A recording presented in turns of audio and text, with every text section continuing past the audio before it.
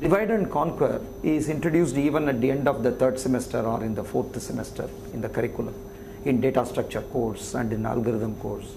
The first basic technique, which is slightly unusual, and it really attracts the mind of the people to see that you divide the problem, solve the sub-problems, put the solutions, and then together and obtain the final solution. So they are gravitated towards this. But unfortunately, other than one or two examples, and that too, the analysis part being completely hand-waved, nothing substantial is dealt with respect to this methodology. It is a very interesting technique. It has got a lot of power in it. So in order to understand the proper way to use it and to understand properly about this technique, I would like to take a case study, go through the detailed analysis of both the design and the analysis, and that will help us to obtain a lot of insight into the process itself. So the problem that I am going to discuss is find maximum and minimum of n numbers. Maximum and minimum of n numbers. Let's say A1, a very simple two-pass algorithm which performs 2n minus 2 comparisons is obvious. In one pass with n minus 1 comparisons, you find a maximum. Make another pass with another n minus 1 comparison. So a two-pass 2n minus 2 comparison algorithm is obvious, very easy. It's already linear, and even the constant is not really a threatening constant, but still people try to solve this problem. Why? This is a problem that is encountered in computer graphics or even the window-based systems, applications. Whenever you want to zoom in or zoom out, what happens is you have a window, you have a data point. Suppose you zoom out to a bigger region. These data points get distributed, right, in the expanded space. So you have to identify the scale factor. To find the scale factor, the way in which it is done is that the maximum and minimum x and y, maximum and minimum x, and the maximum and minimum y values, they define what is known as the bounding rectangle. And when you continuously drag and expand or contract, okay, these maximas and minimas are adjusted, rescaled, scaled down or scaled up, and the repositioning of the points or figure or anything that is done, and so on. And this has to be done in real time, because as you know, when you simply drag the mouse, instantaneously you need the change to be done. So this maxima and minima are continuously evaluated, continuously updated, and the scale factors are identified, and at discrete evaluation points the computations are done and images are built. So it has to be extremely fast. So this is where even 2n minus 2 is not acceptable.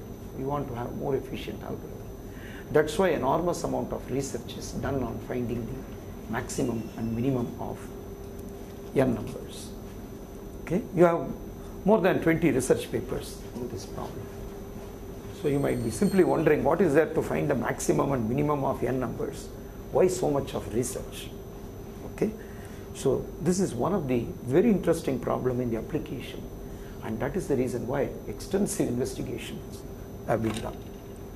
Okay. So the first cut solution, which is different than the two-pass algorithm, is given by the divide and conquer method. Okay. So the divide and conquer method, you know, has the following control abstraction. You take the problem P and its input, split the problem into several parts. Typically, we consider splitting into two parts. Let's say P1 and P2. And P1 is solved with solution S1, and this is with S2. So this is called dividing the problem or splitting the problem. If you split the problem into smaller problems that does not resemble the original problem, it is called decomposition. If it resembles the original problem, that leads to divide and conquer. That is the reason why divide and conquer algorithms are recursive in nature, because the smaller problems resemble the original problem. So recursively you solve. So this is called the divide phase, this is called the conquer phase, and then this is called merge. The solution of the original problem is obtained by synthesizing or by putting together the solutions of the sub-problems you have generated. This is the most generic structure. So in any divide and conquer algorithm, you can call this as a merging phase or marrying phase and so on. In any divide and conquer algorithm, you can see physically in the code the three parts. One or two parts may miss, but in the most general form you will have all of them. For example, in merge sort, which you know, dividing is trivial. By index manipulation you affect the division. Sort the first half, sort the second half. So the conquer phase is visible and merging phase is visible. Okay. In quick sort, on the other hand, for dividing you take a lot of effort. You take a pivot, with respect to the pivot, pull all the smaller items in one part, larger items in another part, and so on. You get two smaller sub-problems, recursively solve, but there is no need to merge them. So this part will be absent in quick sort. This part will be visible, lot of work. This part will be visible, this won't be there. Okay, so in general, all of them could be there. The total complexity is complexity of labor done in all the three parts. So the normal recommendation is you split in an as balanced fashion as possible, as equally as possible, okay, and then solve the problem. It becomes smaller and smaller. Okay, when the problem becomes smaller and smaller, when it becomes trivial instance, okay, when it becomes trivial, you solve directly. That is what it says. So let us apply this thinking directly and then write down the program, the first cut program. When we want to divide equally, if I have 40 elements, I can split as 20 and 20. If I have 41 elements, I split as 20 and 21. Okay, a split of this type, a split which is unifying mathematically these two, is given by n equal to lower integral part of n by 2 plus upper integral part. The lower integral part of n by 2 is called the floor function, and this is a ceiling function. Okay, so for example, lower integral part of 7 by 4 is 7 upper integral, the next integer and the previous integer. Okay, we deal with positive numbers, and then in general for any n this is true. You can see that 20 plus 21 is 41, because when you exactly divide by 2 you get 20.5. lower integral part will take you to 20, the upper integral part will take you to 21. So in general we have this, and this equation unifies these two scenarios in one notation. So typically you would split like this and then you would solve it. So the divide and conquer being the recursive algorithm, this is the max min of A. Let us say if n equal to 1, that is if the number of items is equal to 1, then max equal to min equal to A1, return max and min. If n is greater than 1, that is if n equal to 1, you do this. Otherwise This is the typical structure of all the divide and conquer algorithm. The recursion bottoms out at the trivial instance by directly solving. Otherwise, you proceed recursively. So how do you proceed recursively? You are going to split into two parts. The first part, you can call it as max 1, min 1 is the output of max min of a1 to a lower integral part of n by 2. So the first half, maximum and minimum, is found like this. I am writing a pseudocode. I am taking all the liberties of. You can write it in a more cleaner way. We need not digress and spend time on how to formally represent the parameter, and no need for doing that. Our concentration is on the algorithm and analysis. So this is the first half. So the first half is max 1 and min 1. The second half is max 2, min 2. This is max min. The other element, a lower integral part of n by 2 plus 1 to an. So the second part is max 2 and min 2. Now overall max and minimum is to be found out. So how do I find the overall maximum? The maximum will be by comparing max 1 and max 2. I can get the overall maximum. By comparing min 1 and min 2, I can get the overall minimum. So max equal to maximum of max 1 and max 2, min equal to minimum of min 1 and min 2, and return max and min. Okay, and return max and min. That is all is the code. So how do I find the number of comparisons?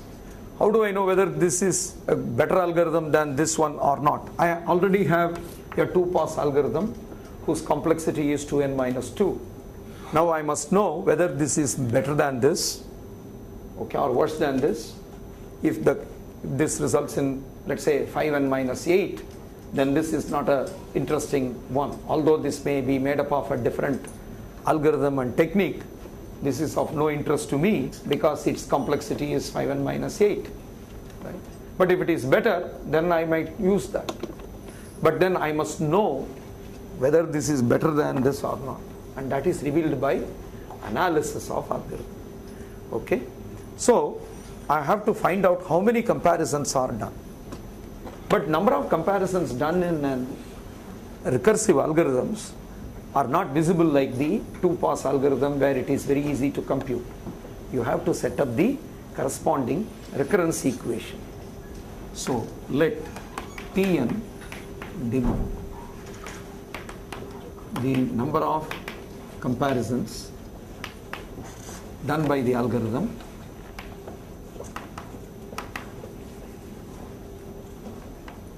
on for an input of size n.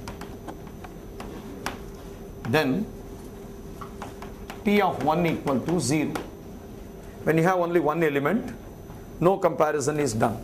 When you have only one element, no comparison is done, and the maximum and minimum is directly returned. So T of 1 equal to 0. But when n is greater than 1, I do all of them. So how many? T of n equal to T of, this is lower integral part of n by 2 items. So this is T of lower integral part of n by 2 plus, how many comparisons are done here? It is a recursive algorithm working on an input of size upper integral part of n by 2. So recall that n equal to lower integral part of n by 2 plus upper integral part of n by 2. So the first half will have lower integral part of n by 2. The second part will have upper integral part of n by 2. So this is T of upper integral part of n by 2 plus I have, this is the combining cost. So this is the conquering cost, then combining cost. How many operations I do here? To find maximum of two numbers, if you want to find one comparison. Compare and choose the largest one. Minimum. So this involves another comparison. So 1 plus 1, 2. So this is the case when n is greater than 0. When n equal to 1, T of 1 is 0 and T of n is given by this expression when n is greater than 1. This is the recurrence equation. Now, even now it is not clear whether this algorithm is superior to this, because I have to compare that with 2n minus 2. What is T of n? It is available only in recursive form. Yeah. I think you might save a lot of comparisons if you set the base case to be T of 2 equals 1. If your base case is T of 2 is 1. Yeah. No, we'll come to that.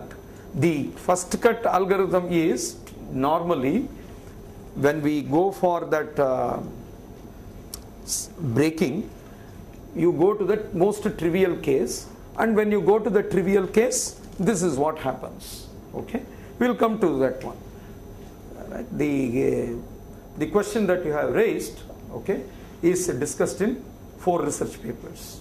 That's a very deep question that you have raised. We will see the tip of the depth when we come to that. Okay, it's a very profound progress stage, the next one. So T of 1 equal to 0 and T of n equal to T of n by 2. So this is the recurrence equation. Now in order to compare this, we have to obtain what is known as closed form. So what is a closed form? An explicit function formula of n. If it is in the recursive form, you are not able to compare this with T of n. Right? So this 2n minus 2 and T of n, if you want to compare T of n equal to, I want an explicit function of n. So how do I solve this in closed form? That is the first thing that we have to look at. So the first thing that we have to look at is, how do I solve this in closed form? In all discrete mathematics, discrete means something which you can enumerate. Since it is possible for you to enumerate, the standard practice in discrete maths is try for some sample small values, see whether there is a pattern. If there is a pattern, then build on the top of it the formal math arguments. So let us try to find out what is happening for T of n actually, the values. So n, T of n equal to 1, T of n is 0. N equal to 2, T of 1 plus T of 1, because 2 by 2 is 1, 1 and 1. 0 plus 0, because T of 1 is 0, plus 2, therefore T of 2. When n equal to 3, what is T of 3? T of 3 is T of 1, are you with me? T of 3 equal to T of 1 plus T of 2 plus 2. Because lower integral part of 3 by 2 is 1, upper integral part of n by 3 by 2 is 3 by 2 is 1.5. For 1.5, lower integral part is 1, upper integral part is 2. So this will be 0 plus 2 plus 2. 0 plus 2 plus 2. 4. Now T of 4. Now you can quickly write it. How to write it? T of 2 plus T of 2 plus 2. Right? T of 2 plus T of 2 plus 2, which is 6. 5 is T of 2 plus T of 3 plus 2. So 2 plus 4 plus 2, which is 8. You are able to almost see the trend here. Right? So what do you think T of n is going to be? Simple IQ question, right? 2n? No. 2n minus 2. So T of n you can easily conjecture as 2n minus 2.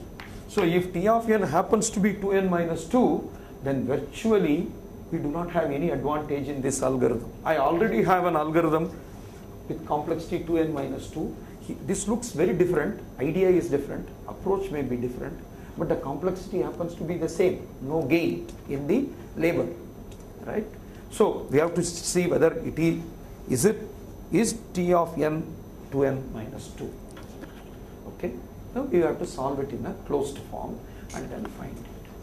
So I am going to take two approaches. Both of them are going to give us a lot of insight for our further discussion.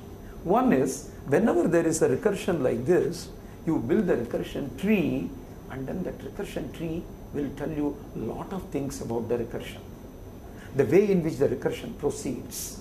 Okay, for example, if you are considering this recursion tree for, let us say, 12, how will the tree look like for 12? You split into 6 and 6, right? 6 and 6. This will be split into 3 and 3, and this will again be split into 3 and 3, and this will be split into 1 and 2, 1 and 2. Again this will be split into 1 and 2, 1 and 2. 2 will be split again into 1 and 1, 1 and 1, 1 and 1, 1 and 1. Why does it do this? Because the recursion is bottoming out T of 1 equal to 0. Until you get that point, the splitting act will go, and then at 1 it bottoms out. Okay, so you will have 1 at the leaf. You will have the 1 at the leaf. It will be a full binary tree. Every node will have 2 children or 0 children. 0 means leaf, 2 means internal node. Now this will return min and max. This will return the min and max. This will return the min and max, no label. But when this returns min and max and this returns the min and max, the min 1 and max 1, min 1 and min 2, max 1 and max 2 are put together, and 2 comparisons are done here, and the min and max is returned. Okay. In other words, at every internal node, the left child returns min 1 and max 1. Okay. Here, at every internal node, the left child returns max 1 and min 1. The right child returns max 2 and min 2. They are put together, 2 comparisons. The result is pushed up. So this returns min 1 and max 1. This returns min 2 and max 2. 2 comparisons are done, and the min and max is sent to the parent. Therefore, at every internal node, 2 comparisons are done.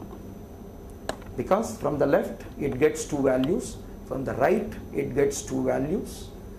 It's compared, and 2 values are sent up.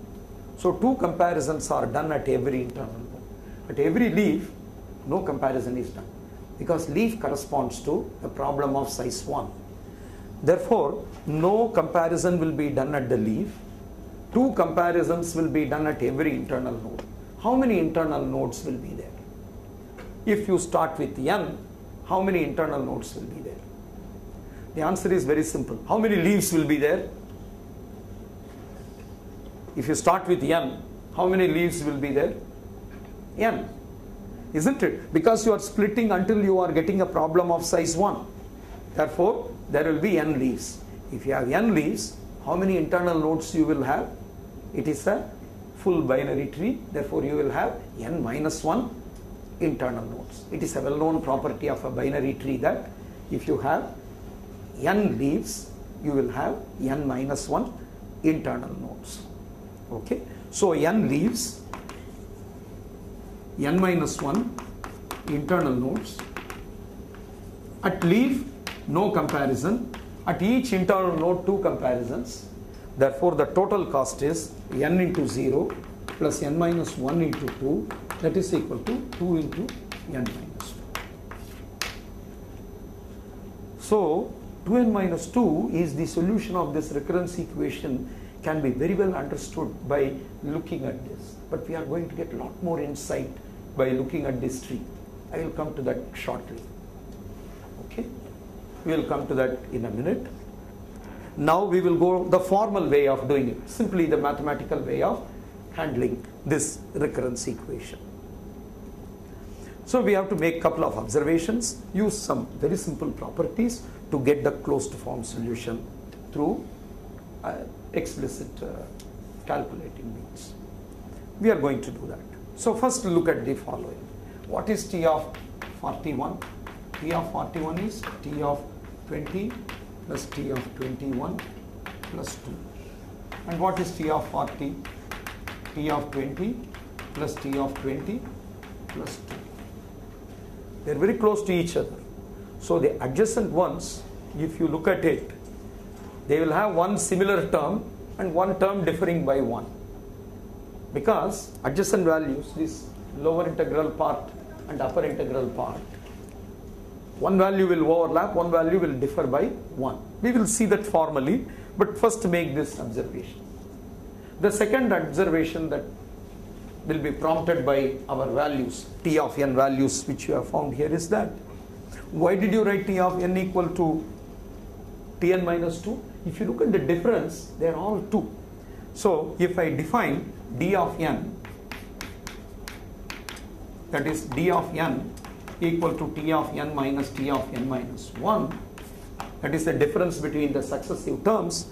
The difference is d of 1 is not defined, but d of 2 is 2 minus 0 is 2, d of 3 is 4 minus 2 is 2, this is 2, this is 2, and so on.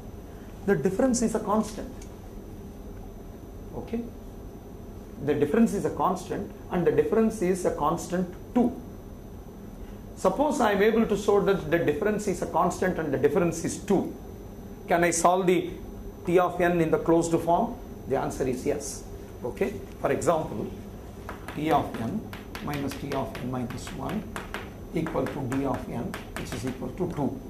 T of n minus 1 minus T of n minus 2 equal to d of n minus 1, and that is also 2. Let us say, assume that I prove that difference is constant for all values. Similarly, T of 2 minus T of 1, which is equal to d of 2 equal to 2. Add all these equations. When you add all these equations, what happens? What is known as telescopic sum emerges. So you have T of n minus T of 1 equal to, from d of n plus d of n minus 1 plus d of 2, that is all the differences are added up. When you add all the differences, 2 plus 2 plus 2, how many 2's are here? From n to 2, n minus 1 2's, n minus 1 2's are there, but T of 1 is 0. Therefore, T of n equal to twice n minus 1 can be obtained if you prove the difference is a constant, which is 2. And that is what this observation said. Our initial observation has led to the fact that the difference is always 2. So I am now going to prove that the difference is 2. Okay. So how do I show that the difference is 2? T of n equal to T of lower integral part of n by 2 plus T of upper integral part of n by 2 plus 2. T of n minus 1 equal to T of lower integral part of n minus 1 by 2 plus T of upper integral part of n minus 1 by 2 plus 2. I want to subtract, T of n minus 1. Therefore, T of n minus T of n minus 1 equal to, how much is this value? You may look that the terms there look very horrendous, right? But it is not at all complicated. A moment's thought will show that it can be very comfortably and very easily simplified. Okay? Look at this pattern. T of 41 is T of 20, 21. This and this are same. Similarly, so therefore this and this should be same for all n. In other words, what I have to show is the following. Lower integral part of n by 2 equal to upper integral part of n minus 1 by 2. Is this true for all n? Is this true for all n? The answer is yes. Right? We will prove that in 2 steps. N is odd, n is even. Suppose n equal to 2k. If n equal to 2k, what is left hand side? Left hand side equal to k. And what is right hand side? 2k minus 1 by 2. Right? That is k minus half. Upper integral part. So k minus half upper integral part, when you take, you obtain k anyway. So left hand side equal to right hand side. So for all even, this is true. For all odd also, you can show it is true. Suppose n equal to 2k plus 1. What is left hand side? N by 2. Lower integral part of n by 2 is k. The right hand side is n minus 1 by 2 is also k. Therefore, this is an identity, right? Because of the successive values are related, lower integral part of n by 2 is indeed upper integral part of n by 2. So when you subtract, like these two terms cancel, in general, these two terms will cancel. T of n minus T of n by 2 equal to, because. And I have another fact to establish. This and this differ by 1, which also we will write in the general form. Okay? What is that form that we have to write? We will do that here. T of, not T, in general, upper integral part of n by 2 minus 1 equal to lower integral part of n minus 1 by 2. Okay? Upper integral part of n minus 1, that minus 1, you will get the next term. So upper integral part of n minus n by 2 minus 1 equal to. Again, how do I prove this? N equal to odd, n equal to even. Let me work through for the sake of familiarity. Suppose n equal to 2k plus 1. What is left hand side? Left hand side is upper integral part of n by 2 is, when you divide by 2 and take upper integral part, you get k plus 1 and minus 1, that is equal to k. And what is right hand side? N minus 1 is 2k, 2k divided by 2, so RHS is 2k divided by 2, which is equal to k. So left hand side equal to right hand side, therefore this is true for all odd. Similarly, you can prove that it is true for all even numbers. Trivial, absolutely straightforward. Okay. Therefore, what is sitting here is upper integral part of n by 2 minus 1. Therefore, T of n minus T of n by 2 is, this 2 and 2, this 2 and 2 gets cancelled. Here T of upper integral part of n by 2 minus T of this lower integral part of n by 2 I write as upper integral part of n by 2 minus 1. Right? Now you should be able to see the pattern. What is the pattern here? T of something to the next number is T of upper integral part of n by 2 minus 1. Okay? So what is the pattern here? The pattern is if d of n equal to T of n minus T of n minus 1, then d of n equal to d of upper integral part of n by 2. What is d of upper integral part of n by 2? D of upper integral part of n by 2 is T of upper integral part of n by 2 minus T of upper integral part of n by 2 minus 1. So d of something is d of something smaller. So that is going to be something smaller and smaller and smaller. Finally, it will come to d of 2. D of 2 is, you know, d of 2 is by direct calculation, d of 2 is T of 2, which is 2.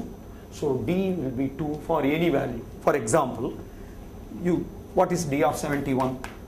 D of 71 equal to d of upper integral part of n by 2, that is 36, that is equal to d of 18, that is equal to d of 9. What is d of 9? Upper integral part of n by 2. 9 by 2 is 4.5, upper integral part is 5. So d of 5, which is equal to d of 3, which is equal to d of 2, right? And that is nothing but 2. So d of any value, for example, I said d of 71 and finally I have shown to 2. So d of n equal to d of upper integral part of n by 2 implies d of n equal to 2 for all n, formally by complete induction or strong induction. Formally by strong induction. Assume that it is true for all the smaller value. Then for the given value, it will be one of the smaller value. So it follows. Okay. Formally, you can show that the difference is a constant always. Since the difference is a constant always, the differences are added n minus 1 times, gives the complete solution, and this is the mathematical way of formally showing that it is not at all complex. Absolutely not complex. Very simple properties of lower integral part, and very elementary discrete math is all that is needed to solve this recurrence equation in complete form. Okay, and then that gives you the solution that it is 2n minus 2. Okay, so are you all with me? Is there anything that requires, because from now onwards things will start going in a rapid pace. Okay, because things are going to get a lot more advanced from this point onwards. The calculations, etc. You have to be with me for. Okay. What are the first things? Suppose we have found that the divide and conquer is giving a new approach, a new solution, but unfortunately it is only having the same complexity as this. Is it possible to improve? If at all I want to improve, where can I find the scope for improvement in divide and conquer paradigm? There are two spots where you can hope for improvement. You can look for the scope for improvement. One is it necessary that I have to split the problem all the way up to the lowest level, namely to the trivial point 1? In other words, where can I have the recursion bottom up? Right? Here the recursion is terminating at 1. Since the recursion is terminating at 1, this 12 is split into lot of subproblems, and only from there the recursion unwinds and comes back. Okay, the reverse phase begins after getting this. Is there a possibility that I would terminate at a slightly higher level and gain by that process? Okay, that is something that we have to check. The first thing is, one of the suggestion was made already here. Okay, if we terminate at 2, we can improve a bit. Why? Why when we terminate at 2 we can improve? At this moment, you see that for 2 elements, we are taking 2 comparisons. Because you are going through the recursion, you are making 2 comparisons to find the minimum and maximum of 2 elements. Exactly how it is done, look at it, because the recursion handles the case of 2 elements in a funny way. Suppose there is A and B. This is split into A and B. For this A, min is A, max is also A. For this B, min is also B, max is also B. Then no comparison is done, and min is done and max is done. Now then what do? In order to find the maximum, this maximum and this maximum is compared, and in order to find the minimum, this minimum and this minimum is compared. In other words, A and B is compared twice, which is unnecessary. Right? That is the reason why splitting 2 further is inefficient. When you have 2 elements, you compare them once. The larger one is maximum, the smaller one is minimum. In other words, with one comparison, it is possible for you to find both the maximum and minimum. So further splitting them is causing inefficiency. So this is the case where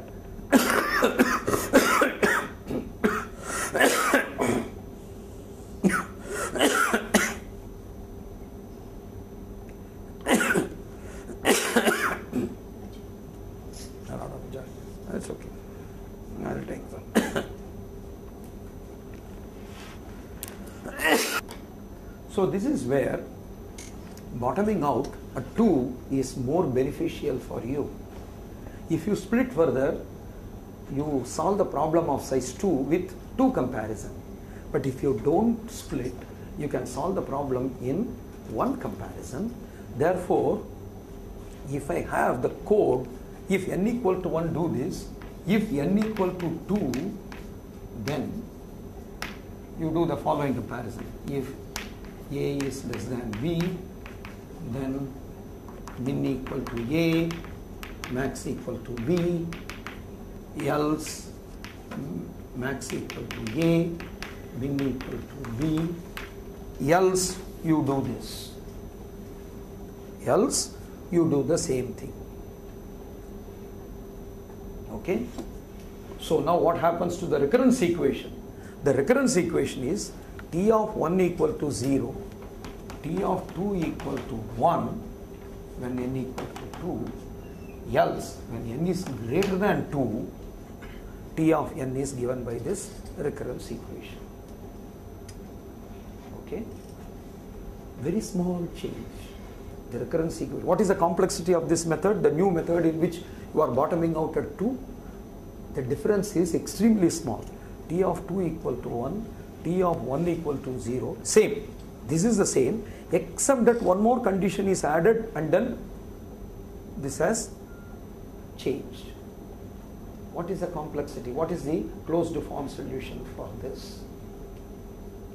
It took 4 years for the computer scientists to solve this recurrence equation.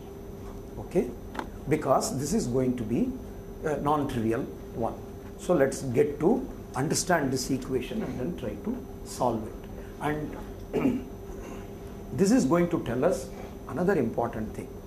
In every textbook, they will give this recurrence equation, solve this for n equal to 2 power k, and then show that this is 3n by 2 minus 2. Therefore, the complexity of this algorithm is 3n by 2 minus 2. It's not actually 3n by 2 minus 2. That's grossly wrong. Okay, all textbooks, including Corman, recently they will give this, they will say this, and then they will declare that it is very surprising that nobody has seen the original research paper in which the analysis is done very elaborately. Okay, it is not 3n by 2 minus 2. In order to get 3n by 2 minus 2, we have to do something else that unfortunately many people have ignored. Okay, all textbooks have gone wrong. They will give this, analyze it only for n equal to 2 power k, and then immediately jump to a conclusion that the complexity is 3n by 2 minus 2. We are going to show that it's not at all easy to solve this recurrence equation. Okay? So, several things we have to do now. First, understand the recurrence equation. Again, we follow the recurrence tree idea. That's why I told you that when I was answering you, it is very deep, because that bottoming out at 2 is one of the hardest mathematical analysis need to be done for this. But I will present an elementary simplified view of that.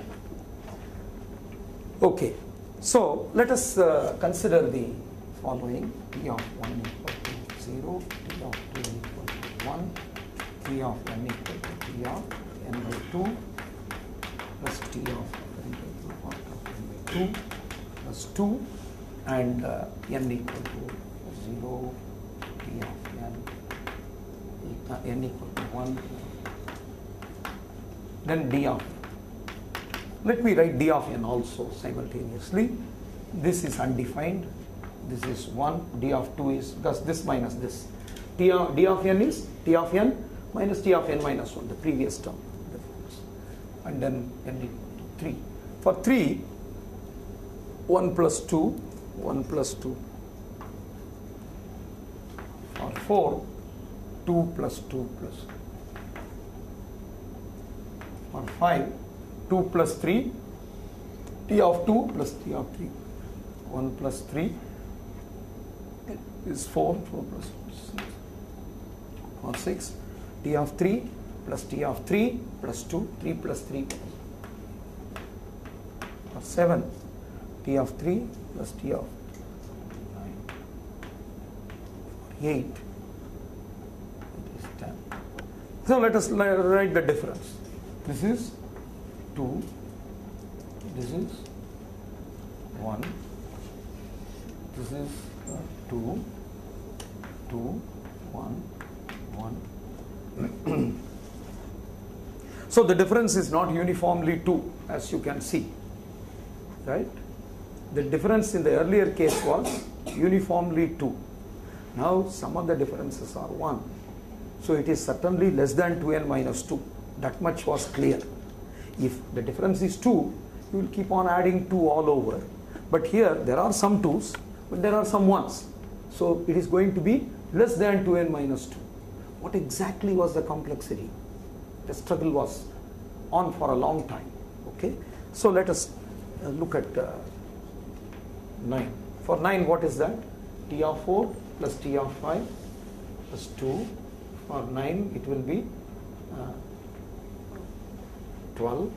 For 10, T of 5 plus T of 5. For 11, it is going to be 5 plus 6. 5 plus 6, this is 16. For 12, it is 18. For 13, again you can see that 8 plus 9 is 17. 17 plus 2, 19. So again you will see that the difference is 2, 2, 2, 2. But here you are getting 1. You are going to get a difference of 1 here. Now you can imagine what happens for 14. For 14 it is 7 plus 7 plus 2. So 9 plus 9, 18 plus 2 is 20. Again the difference is 1. Okay. Then for 15, 9 plus 10 is 19. 19 plus 2, 21. Again the difference is 1. For 16, it is 22. Again the difference is 1. Any pattern you see here? Are you able to see a pattern for the differences?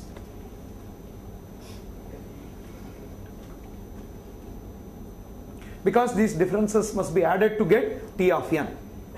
We know that T of n is nothing but T of n equal to sigma I equal to 2 to n of d of I. This we have seen. By adding all the differences, you get a... So, if I have a thing proved for... What is the pattern that you are seeing here? In every block of power of 2, right? For example, these are the initial condition. Okay? 2, 1, 2, 2, 1, 1, 2, 2, 2, 1, 1, 1, 1. Okay? So in every block of 2, half of them are 2 and half of them are 1. Okay? So this is a new kind of a difference pattern. So we have to show this. We have to formally prove it. We have made some observation. We have to prove it. So if I want to prove it, what exactly I have to show? In fact, T of n is same. Because the T of n is same, d of n equal to d of upper integral part of n by 2 will also be same, much like our previous computation. What is the difference here? Initial conditions are different. Because T of 1, what is the d of 2? T of 2 is now 1. Earlier d of 2 was 2, but now d of 2 was 1. What about d of 3? D of 3 is 2, right? D of 3 is 2.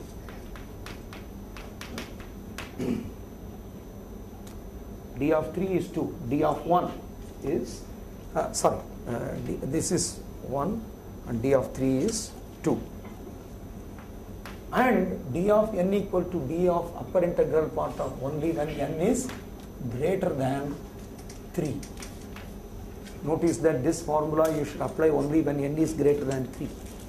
That is because this formula is true only when n is greater than or equal to 3. For n equal to 1 and 2, this is valid. This is true only from n greater than or equal to 3. And d of n is t of n minus t of n minus 1. So this n minus 1 should be greater than or equal to 3. Then only you can apply this formula and then derive this. So notice that the applicability condition makes a very subtle variation. So notice that this is the case. These are the initial conditions and this is the... So although this looks the same, these initial conditions are causing the differences to become completely different. Okay? So d of n is this, but d of 2 is 1 and d of 3 is 2. So if at all I want to prove this property, first I will prove this property. So in order to prove this property, we have to formalize. What is a block of power of 2? For example, 2 power I plus 1 to 2 power I plus 1. For example, here 3 and 4 is a block. Another one is 5 to 8. 5 to 8 is another block. What is another block? 9 to 16. So in general, 2 power I plus 1 to the next power of 2. That defines a block. And in that block, how many items will be there? 2 power I items will be there. There are 2 power I items in the block. So the first block will consist of 2 power I minus 1 items. Second block will consist of another 2 power I minus 1 items. Because it is split into 2 halves. First part and the second part. Now, first part will all have 2. Let us see whether this formula is indeed leading to that. Let us imagine 64 to 128. 64 to 128, the midpoint is 96. So anything before that, let us say d of 74. D of 74 equal to d of 37 equal to d of 19 equal to d of 10 equal to d of 5 equal to d of 3, d of 3 equal to 2. So 74 lands in 2. But in the second half, it should land in 2 because there d of 2 equal to 1. So let us try with the second half number. Between 96 and 128, let us take 107. What is d of 107? D of 107 equal to d of 54 equal to d of 27 equal to d of 14 equal to d of 7 equal to d of 4 equal to d of 2, which is equal to 1. So you see that the second half elements, the same formula, that n lands to 2, therefore this is 1.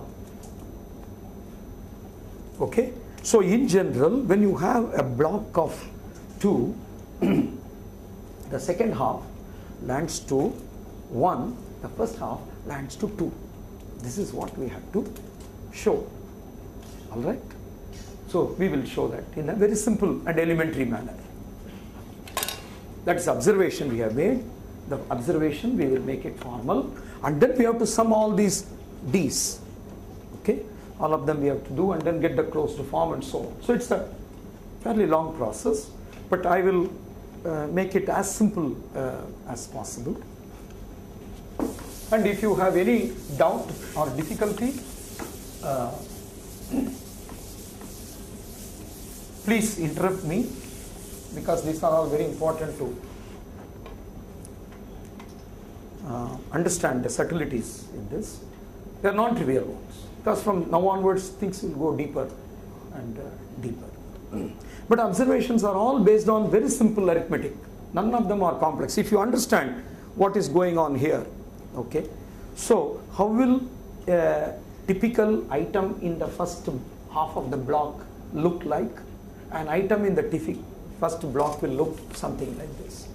N equal to 2 power I plus alpha, where 1 is less than or equal to alpha, less than or equal to 2 power I minus 1.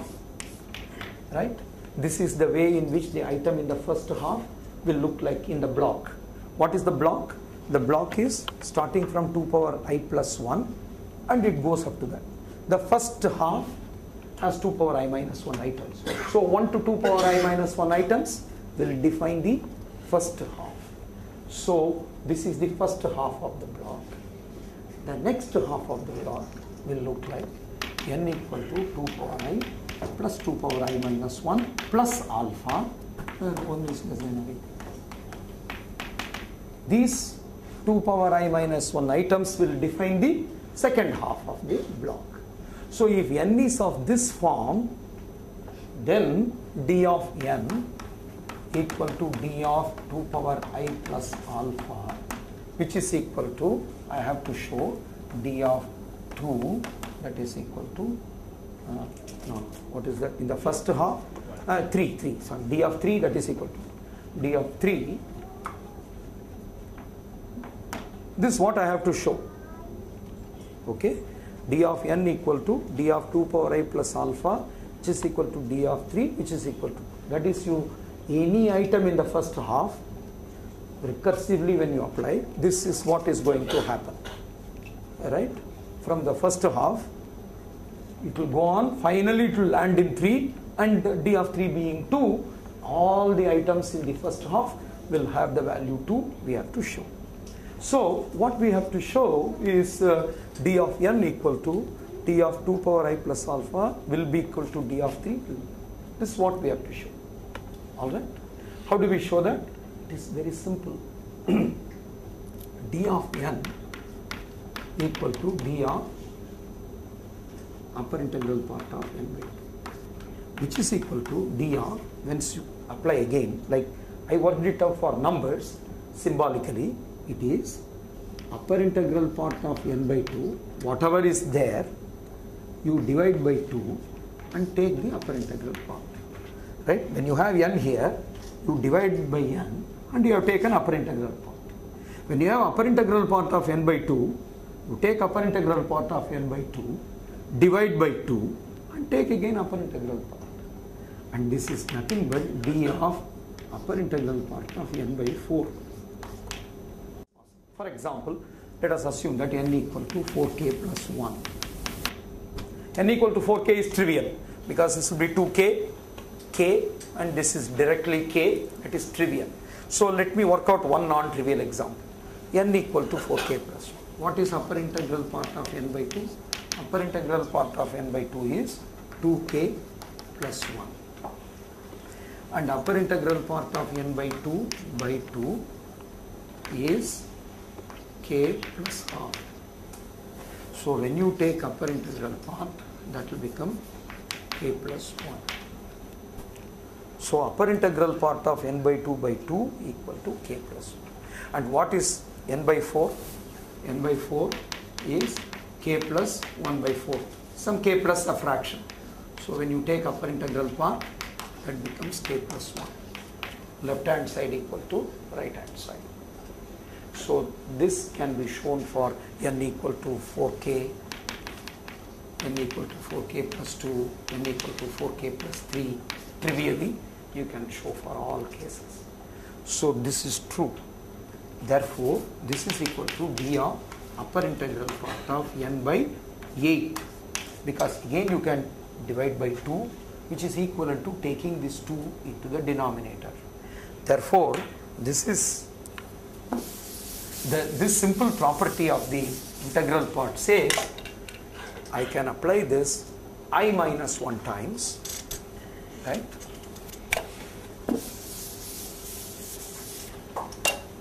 d of 2 power I plus alpha equal to d of upper integral part of 2i plus alpha by 2 power I minus 1.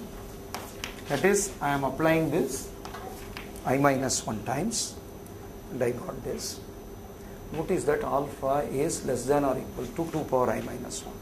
Therefore, here this is equal to d of upper integral 2 plus alpha by 2 power I minus 1 is a fraction. Either it is a fraction or 1 maximum. I will write it as a fraction. That is equal to d of 3, which is equal to 2. So what I have shown is, for all the items in the first half, they will land in 3. When you repeatedly apply this process, it will land in 3, and d of 3 equal to 2. So for all the items in the first half, the difference is 2. Similarly, for all the items in the second half, the difference is going to be 1. How do I show that? Process is similar. So here is the simple way. D of n equal to d of 2 power I plus 2 power I minus 1 plus alpha d of upper integral part of by 2 power I minus 1, that is equal to d of, this is 2, this is 1, so this is 3 plus fraction, that is equal to d of 4. D of 4 equal to d of 2. D of 2 equal to 1. So that is the reason why the guys in the second half land in 1, the guys in the first half land in 2. That shows, we have shown the following. Okay, in any block of power of 2, first half will have 2 and second. So this kind of D's are to be added to get T of n. Okay, so to get T of n, what we have to do? I have to add still D's, but now the D's are having a slightly different form. Earlier, all the D's were 2 throughout, so we could easily add them. Now, while 2 and then 1. Now this is the kind of a tool that you have to add to get the closed form. So what is the worst case complexity? Where does the worst case occur? At the middle point, actually, not at the power of 2, right? The worst case occurs at the middle point, because that is where up to that all the 2's are added. Afterwards, it's only 1's that are added, not the 2's. Okay, so the worst case occurs when n is of the form 2 power I plus 2 power I minus 1.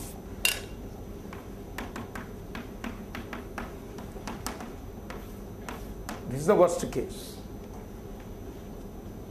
Okay, this is the worst case that is happening. And what is the value of T of n for this?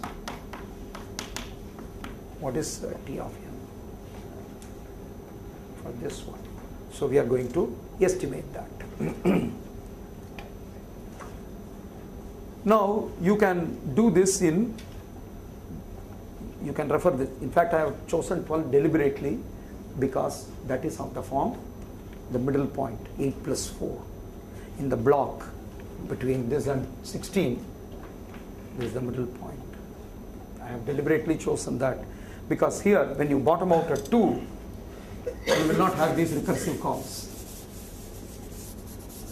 You are not going to have these recursive calls because it will either bottom out at 1 or bottom out at 2. But here, the cost is different. The cost of a leaf. The cost of this leaf is 0, but the cost of this leaf is 1 because you make one comparison and then send the maximum and minimum. The cost of this leaf is 0, the cost of this leaf is 1. 0, 1. However, all internal node will have cost 2 because from the left you get max 1 and min 1, from the right you get max 2 and min 2, you make 2 comparison. So the cost is 2 at every internal node. But how many internal nodes you have now? Much less number. You don't have n internal nodes. Okay? You don't have n minus 1 internal nodes. It is split into this. Okay? So actually, here you see that there are 8, which is equal to 4 plus 4. These 4 nodes will have weight 2 and these 4 nodes will have weight 1. So in general, when you have 2 power I minus 1, right, you will have 2 power I minus 1 leaf will have weight 1, 2 power I minus 1 nodes leaves will have weight 2, that constitute this 2 power I. So n is accounted for like this, and the cost for this is 0, the cost for this is 1. Okay, so how many leaves are there? 2 power I leaves altogether, and therefore 2 power I minus 1, 2 power I minus 1 internal nodes. Therefore, the cost is 2 power I minus 1 times 2. This is the internal node cost, plus 2 power I minus 1 times 1 plus 2 power I minus 1 times 0. Anyway, this I don't have to worry. So this is the total cost. So 2 into 2 power I plus 2 power I minus 1. So altogether, this is twice 2 power I minus 1. So this is 4 times 2 power I minus 1. So this is 5 times 2 power I minus 1 minus 2. This expression is 5 times 2 power I minus 1. But what is n? N is nothing but 2 power I is twice. This is equal to 3 times 2 power I minus. This is twice 2 power I minus 1. Here I have 2 power I minus 1. Altogether you have 3 times 2 power I minus 1. So 2 power I minus 1 is nothing but n by 3. Therefore it is 5n by 3. Therefore what is the complexity of this algorithm? This complexity of algorithm 5n by 3 minus 2. Okay. The worst case complexity of this algorithm is 5n by 3 minus 2. But here I have done a lot of hand waving. Okay. I have taken one instance and intuitively I have shown that this is the worst case.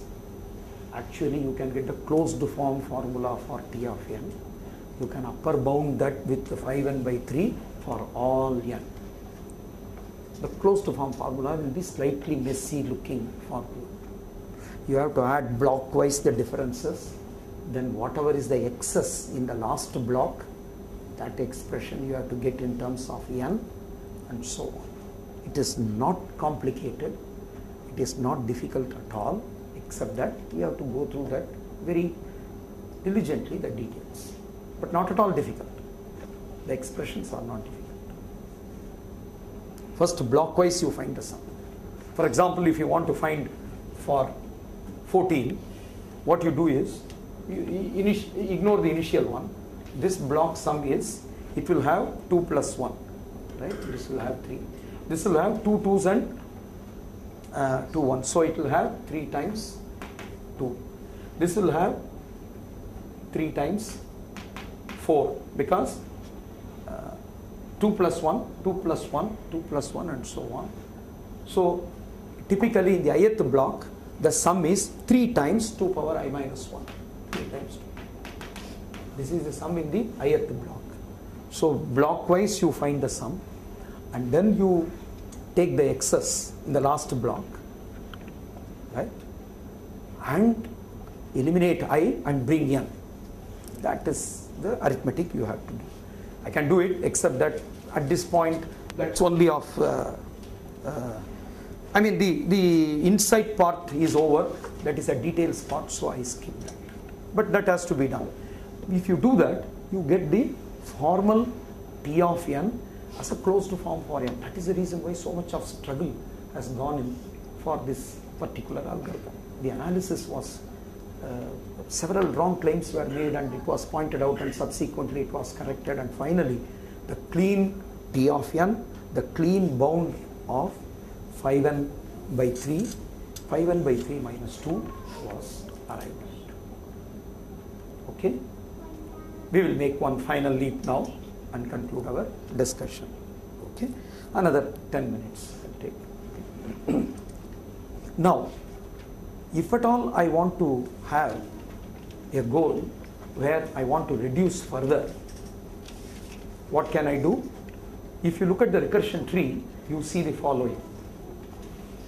I have these ones which are contributing for too many leaves. What if I have all my leaves too? Then I will have much less number of leaves, isn't it? So I don't want to have these ones at all. Okay, I don't want to have the ones at all. If I don't want to have the ones, I should never split a number which is bringing an odd number into picture. In other words, I would like to have only even split. Even numbers should be split only as even numbers.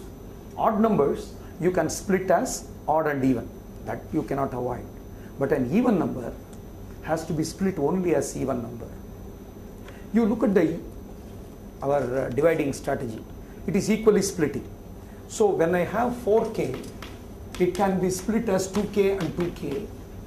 This is not a problem. This is even. But if I have 4k plus 2, the other kind of even number, these are the only two kinds of even numbers. Either it is 4k or 4k plus 2. When 4k plus 2 is split evenly, it becomes 2k plus 1 and 2k plus 1. I am bringing odd numbers here. This is what is causing the problem. Don't split 4k plus 2 like this. Split 4k plus 2 as 2k plus 2. Split 4k plus 2 as 4k plus 3, 4k plus 1. The usual equal splitting is fine. In other words, equal splitting is fine in all cases except for the case of 4k plus 2. In this case, you have to split differently. Okay? So if you come up with a clever way of splitting, you can bring in efficiency. First, let us see the picture. Suppose I do that. What happens to my tree? Let me take 12. It's the same 12. I split this into 6 and 6, not a problem. But 6 should not be split as 3 and 3. 2 and 4. And this is 2 and 4. 4 is split as 2 and 2. That's all. The tree has become small. Okay? How many leaves are there? 6 leaves. Each with cost 1. Because 2 means, problem size 2 means cost 1. 5 into 2. This is 16. In general, if I have n, okay, for 12 it is like that. For 17, what will happen? 8 and 9. 8 will be split as 4 and 4. This will be split as 4 and 5. So this one odd number. Here you can see there is only one odd number.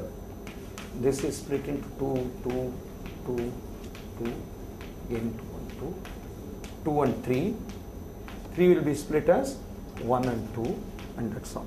So everywhere 2 except only 1. Okay? Always it will be like that. So if I split in this way for an arbitrary n, what happens? Suppose n equal to 2k. How many leaves it will have? It will have k leaves.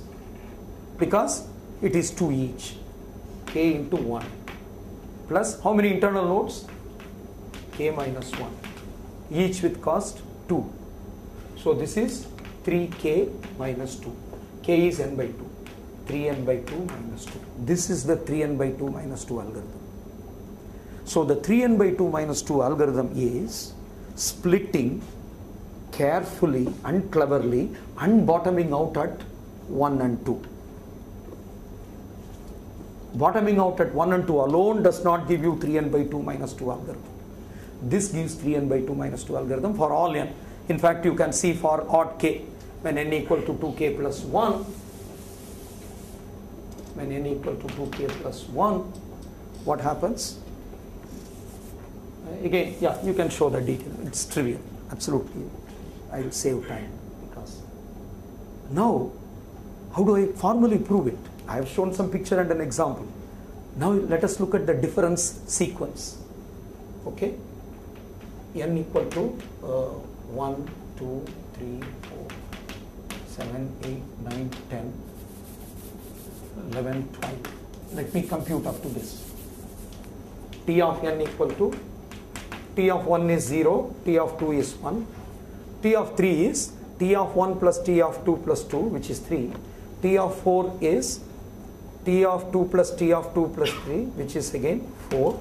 T of 5 is T of 2 plus T of 3 plus 2, 1 plus 3, 4 plus 2, 6. But what about T of 6? it is not T of 3 plus T of 3. Let me write that. T of 6 equal to T of 2 plus T of 4 plus 2. This is how it will be split. So T of 2 plus T of 1 plus 4, 5 plus 2, 7. 7 is T of 3 plus T of 4 is 9. 8 is T of 4 plus T of 4, 10. The 9 will be 4 plus 6, this is 12. What about T of 10? It is not T of 5 plus T of 5. Remember that. T of 10 equal to T of 4 plus T of 6 plus 2. T of 4 plus T of 6 plus 2, 4 plus 13, and so on. Now what is the difference?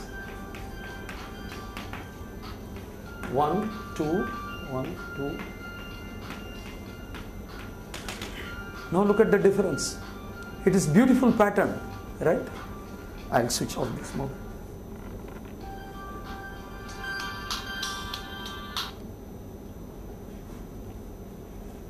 The difference is even more beautiful here.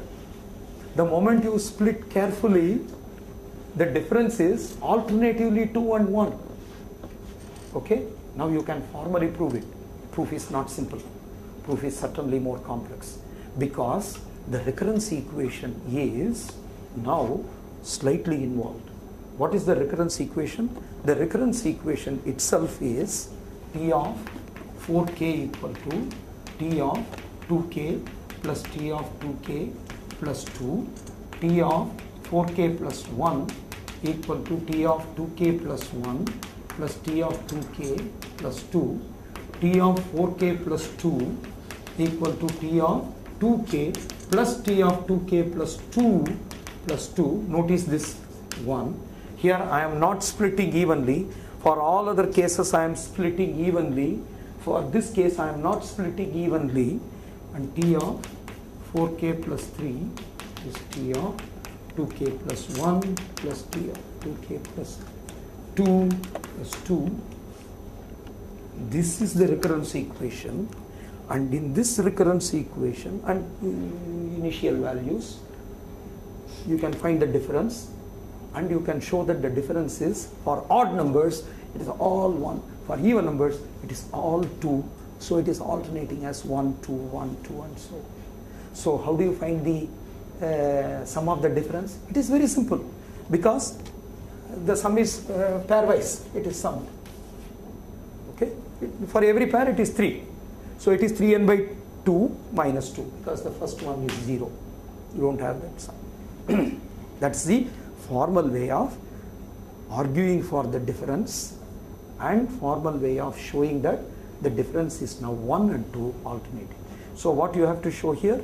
Here you have to show that d of n equal to 2 for all n even, for all n odd, and d of n equal to 1 for all n even.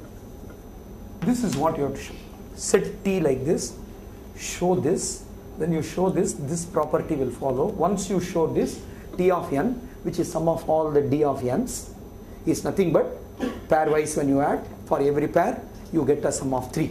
So 3n by 2 kind of formula you will get. Okay, you get minus 2 because for the first block the sum is only 1, not 3. So there is a deficiency of 2. Therefore the sum is 3n by 2 minus 2. Now you may ask the following natural question: why can't I bottom out at 3? Right? Do I get any benefit when I bottom out at 3? When you bottom out at 3, here what is the calculation for 3? Here there is 1 comparison, no comparison. At this point 2 comparison. So when you bottom out at 3, you will save 3 comparison, because you are bottoming out. But if you want to solve directly, what is the solution? Directly, suppose you want to solve for 3 items, you want to find the maximum and minimum. When you have 3 items, if you want to find maximum and minimum, you need 3 comparisons. There is no way you can get it in less than 3 comparisons. Okay? At least for finding minimum, you need 2 comparisons. You want to find maximum. So one more comparison is needed. So your direct solution will also have 3 comparison. Recursion based one also will have 3 comparison. Therefore, bottoming out at 3 or higher level is not going to save any labor for you. When you have bottom out from 1 to 2, you saved, because when you do the recursively, you have gone down for 2, and when you came back, you ended up doing 2 comparisons. But when you have directly solved for 2, you solved with 1 comparison. So direct solving, if it is less than the recursive call based computation, then bottoming out from that point is beneficial. Otherwise, bottoming out from that point is not really beneficial. That is the reason why there is no point in going up from this one. Now some more deep results, let me comment. Therefore, in divide and conquer, we have argued that there is no point in bottoming out further. Now, is there any other way in which I can split and then get a complexity less than 3n by 2 minus 2? The answer is no. There is a deep result, very clever result, which uses convexity properties of the complexity function and other things, and then gives a very nice argument, combinatorially very elegant argument, that if you use a divide and conquer algorithm, no matter how you split, this is the best way to split.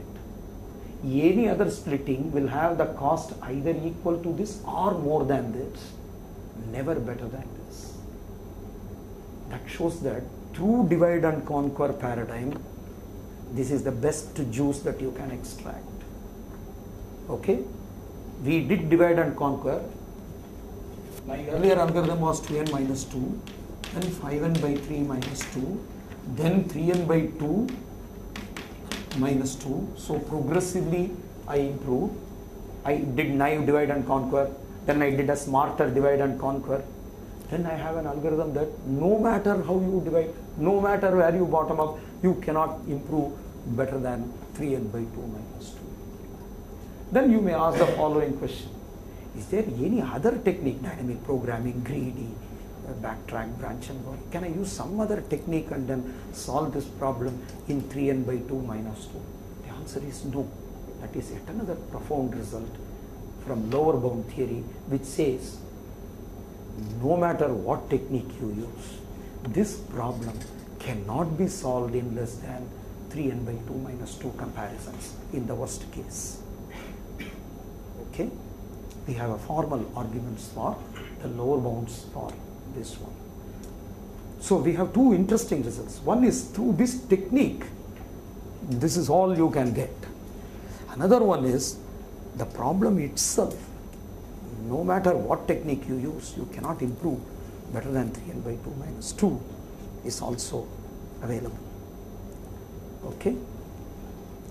Now, having observed that people, what they did was, okay, the division is done this way. All we want is that evenness, right? All we wanted was the even split. Can't I do the following extreme even split? 2, n minus 2. n minus 2 into another 2 and n minus 4. That is, can my tree look like this? n, 2, n minus 2. n minus 2 is 2, n minus 4. And 2, n minus 6 and so on. So this is not balanced division. This is an extreme division. Right? And this one obviously leads to the same kind of a solution with the complexity, and the advantage in this is the recursion is so easy to eliminate because you are considering the pairwise the element and combining the minimum. Okay, so what is the algorithm? The algorithm is consider pairwise, consider A1 compared with A2, let the min called min 1 and max called max 1. A3 and A4, let it be called min 2 and max 2. In this way, let us say 2k minus 1, A2k, let us assume for even min k max k. So in one comparison, I can find these two. So in k comparisons, I can get the k mins and k max. Now make one pass algorithm for find the overall min. Make one pass algorithm to find the overall max. So k minus 1 comparison, k minus 1 comparison. So k plus k minus 1 plus k minus 1, 3k minus 2, which is 3 n by 2 minus 2 algorithm, right? So when you don't divide this evenly, even when you take the logic and then make an extreme division, it is leading to an iterative solution where no overhead of recursive calls, parameter passing, none of them are there. Very simple iterative algorithm can be designed from the ideas which are based on the divide and conquer algorithm. Okay, final remark. Every divide and conquer algorithm, in the first cut, you design in some way, analyze it. There are two scopes for improvement. One is where you bottom out. Another one is how to split. For example, the real life software, the implementation of sort algorithm based on quick sort done in the Linux packages, they have gone through this evolutionary process. Okay, they have found out that bottoming out when the problem size is between 5 and 10 is appropriate. You directly solve rather than further making the quick sort recursive calls. When the problem size becomes somewhere between 5 and 10, use even bubble sort to use some 6 or 10 comparisons and then sort it out and then bottom out. How did they arrive at 5 and 10? Excellent analysis is available. And then how do I split? Should I mindlessly choose the first item and use that as a splitter to split? Don't do that. There are very clever choices.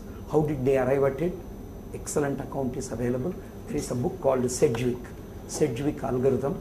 He gives 30-page discussion on how the real life software is evolved through this, starting from a naive idea of a divide and conquer, refining the concept experimentally, theoretically, and then arrive at clever ways of dividing, clever ways of bottoming out, and then get into an implementation which is giving the ultimate performance.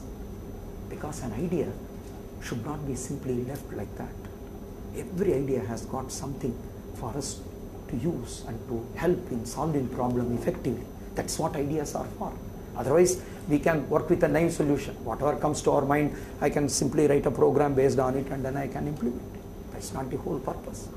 The goal of design and analysis of algorithm is when an idea is there, how best to use it, what are all the ways in which it can be refined, and how to exploit its potential to the full extent. The deeper questions are all analyzed in various contexts. And if you want to have a real research challenge, okay, I suggest you to pursue, even though there are open problems, how to divide and conquer the discrete Fourier transform. You know the DFT, it is one of the greatest algorithms created. In anybody's list of best 10 algorithms in the world, discrete Fourier transform would appear. The Fourier transform was earlier very complex, whereas the discrete Fourier transform is based on the divide and conquer method using complex numbers. They have arrived at a very clever dividing method, but the textbook versions will discuss only for n power of 2. When n is not a power of 2, the textbook will add one line, pad it up. Padding won't work, because if n equal to, let us say, 65, the padding will extend it up to 128 and you will end up almost doubling the size of the problem, whose complexity is also extremely high. So you don't do that. If I don't do the padding, without padding, how do I cleverly divide and analyze, divide and conquer? When you chase through the paper, suddenly you will see that analytic number theory and geometry, okay, and then algebraic geometry, so many things will come into play. It will start from an innocent question on, without padding, how do I do the divide and conquer? But then the mathematics is so deep and delightful. There's a lot of research is going on that. That is because they don't want to leave an idea just at that point. And that's not the naive way to handle an idea also. This is a valuable idea, wonderful technique, but we should know how to use it. We must know to go deep into it and then understand the subtleties in it and then apply it. When we do that, we get tremendous success, excellent mileage out of this idea. With this brief remark, let me conclude my talk. Thank you very much.